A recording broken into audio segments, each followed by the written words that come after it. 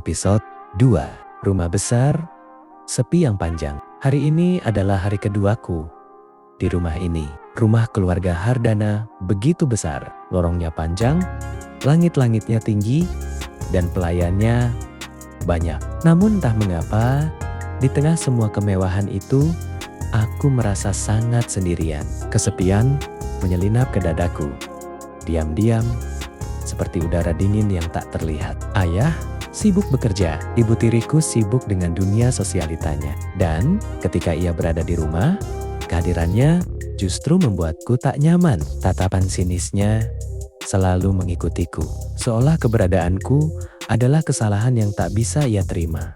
Ia sering melarangku menyentuh apapun milik putranya Sony Hardana, mainan, buku, bahkan kursi di ruang keluarga. Jangan, itu punya Sony, kamu tidak boleh menyentuhnya. Aku hanya diam, tak berani membantah, tak ingin membuat masalah. Akhirnya aku lebih sering berada di kamar kecil di sudut rumah. Kamar yang disiapkan untukku bukan kamar anak, lebih mirip kamar tamu yang terlupakan. Seorang pelayan mengantarkan makan siang dan mengajakku ke meja makan. Aku menggeleng pelan. Aku makan di sini saja, kataku lirih. Ia tersenyum iba lalu pergi.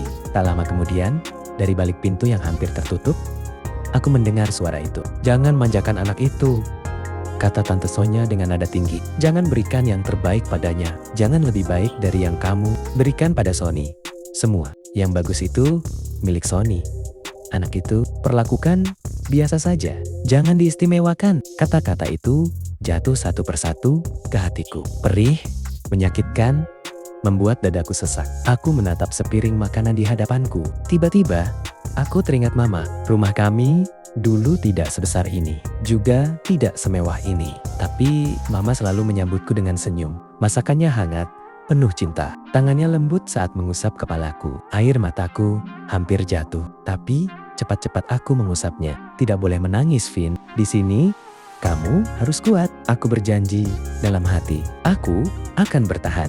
Aku akan menahan semuanya. Sampai suatu hari nanti, aku bisa berdiri sendiri tanpa bergantung pada siapapun. Bahkan pada ayahku.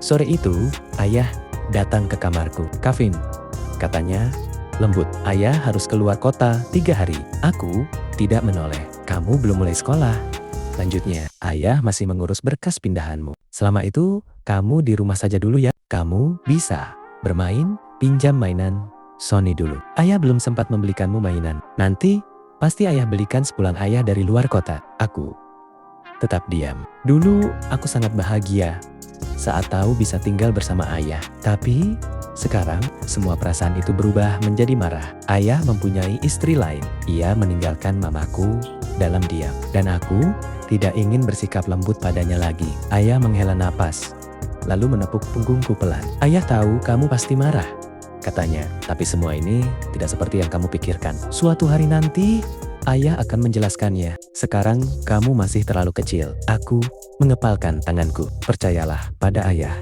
lanjutnya. "Semua itu tidak benar.